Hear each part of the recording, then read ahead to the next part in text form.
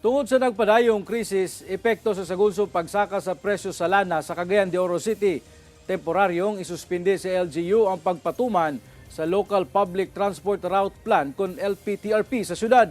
Ani ang report ni Cyril Chavez. Pinasikat sa direktiba ni Cagayan de Oro City Mayor Rolando Uy, suspendido una ang pagpatuman sa Local Public Transport Route Plan kon LPTRP sa syudad.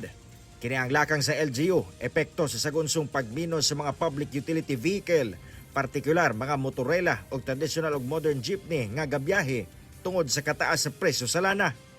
Kahinumduman, nga una pa man nahitabo ang kagubot sa Middle East, gipatuman sa RTA ang LPTRP o gipangdakop o gipangsita ang mga PUV nga wala gasubay sa ilang mga gitakdang ruta.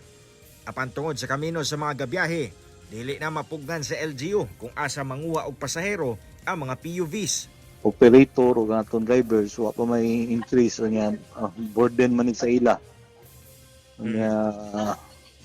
Mo nang gi suspensa kay maski pag dili suspende magindi sila gyapon manguan tungod sa kamahal sa kudo karon nga taon nila. Matod sa LGU, base silang pag-obserba, nagminos gyud ang mga PUVs nga gabiyahe sa syudad. Minosab ang mga pasahero nga gasakay, labi na sa mga motorela nga galatas sa sentrong bahin sa syudad. Sanglit sagad sa mga pasahero nga kaniadto mosakay og rela, karon nagabaktas na lang. Gi-identify tong mga ruta nga gamay ra gyud kaayo wala way nanagan mo tong gi-priority sa libreng sakay.